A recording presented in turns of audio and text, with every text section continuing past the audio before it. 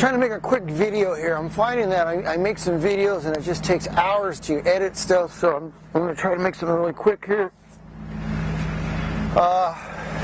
This is Bronco related.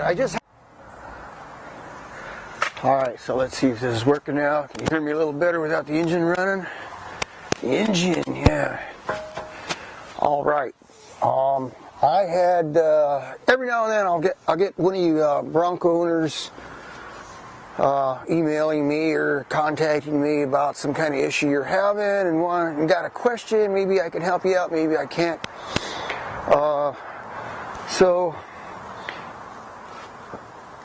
I was online the other day trying to help this guy out with his Bronco, and I don't know whether it helped him or not, because he told me a few things. He told me some issues he was having, but he left out some important details.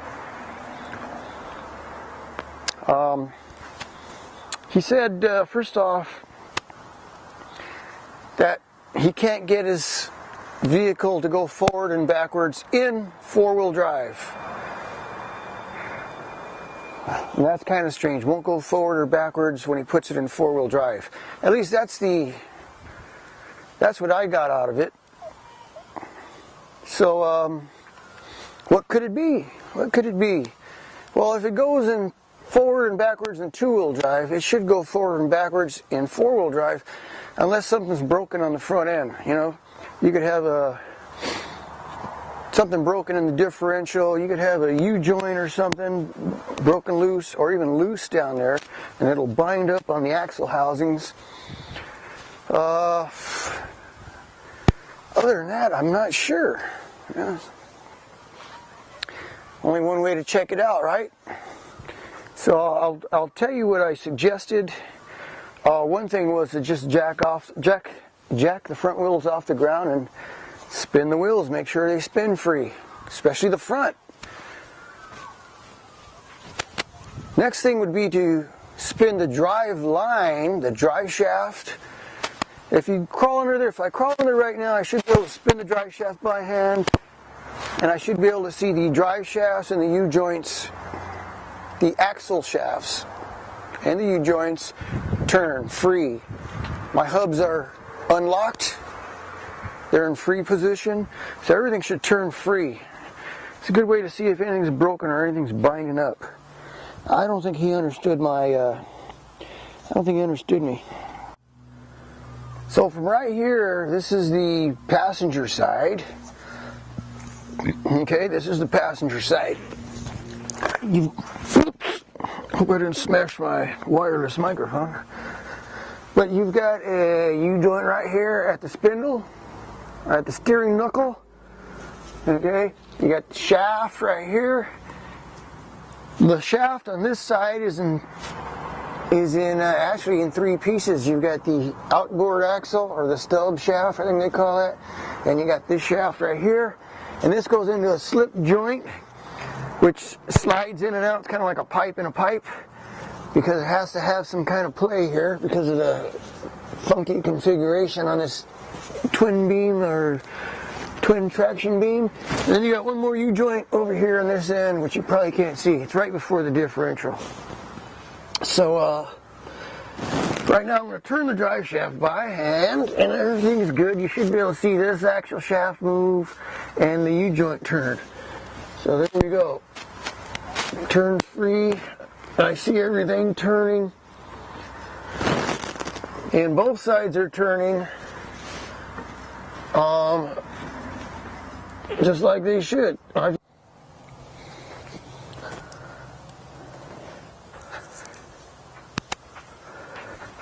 Alright, so that's what I suggested that the guy do.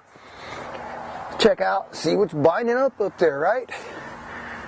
Well, the next day he says everything turns fine. Oh, he forgot to mention that it only does it when he turns.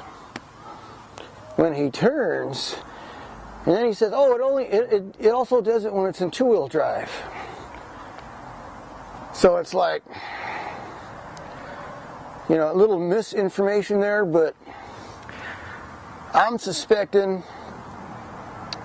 that it has to do something with the U-joints on the passenger side, because I kind of remember this happening before because I forgot to put a C-clip in or a snap ring in. So let me show you let me see what I'm talking about here. Okay.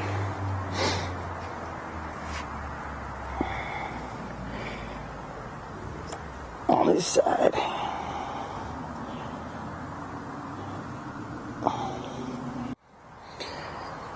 Well, let's see if I can make any sense here out of this. Let me see if I can explain this a little better. If I remember this correctly, it's been a while since I tore down this front end, but the passenger side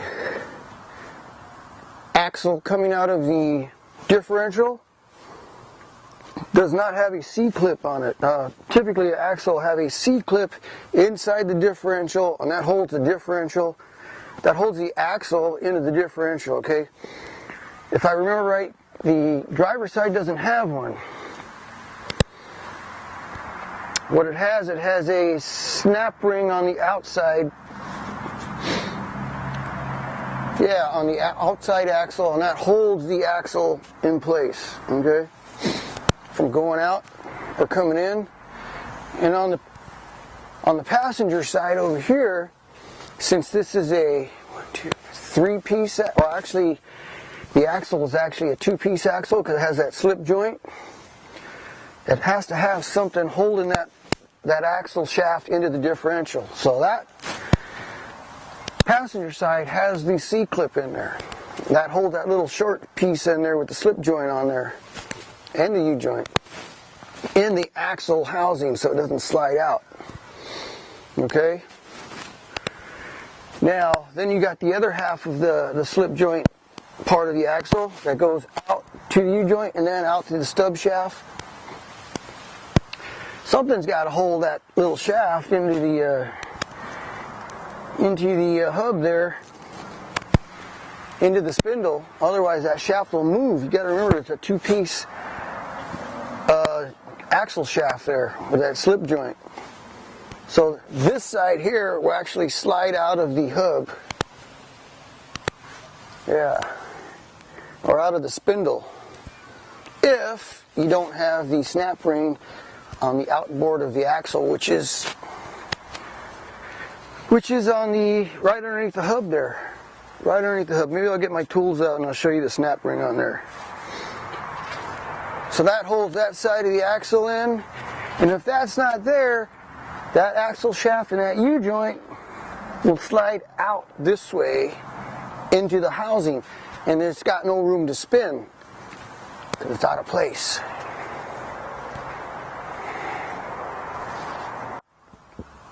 Alright, I hope you can see this.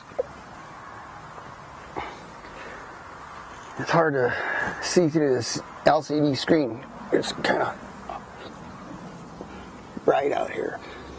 But anyway, this whole axle shaft right here where this U-joint is, where I'm pointing, there's nothing holding it in place except that snap ring that goes on the other side of the wheel here, out by the locking hub. It's underneath the locking hub. I'll show you that in a minute. Without that in there, this U-joint will slide out of place. It'll slide backwards that way, and there's not a whole lot of room in here for this thing to turn as it is. So if it's not in place, that'll give you a problem. Could be flopping around in there. I don't know. You know, it's hard to tell, like I said, what this guy was talking about. He left out a few details, but that's the only thing I can see. Let me show you that snap ring. Alright, let's see if you can get a good look in there. I took the hub off, if you know what I'm talking about, or if you don't know what I'm talking about. They're hubs, these are aftermarket. These came with the Ford Auto hubs, which work, but didn't work 100% of the time. That's why I replaced them. So right here, if you look very carefully, is the end of the axle. This is the axle, I think the stub axle. This is what's driving this wheel. And if you can see closely, it has a snap ring on it. Let's see when you zoom in here. Is that all I can zoom in? Come on now. Come on, Willis. Oh, no, don't. Well, I hope you can see that. There's a, let's see, we're not going to carefully here. Where are we at? Right here, right there, you can see the snap ring. You can see the little holes for the snap ring tool. That is holding the axle outboard, holding it out, and that's keeping your U-joints in there. Otherwise, without that, the axle will push in, and your U-joints will probably hit the axle housing.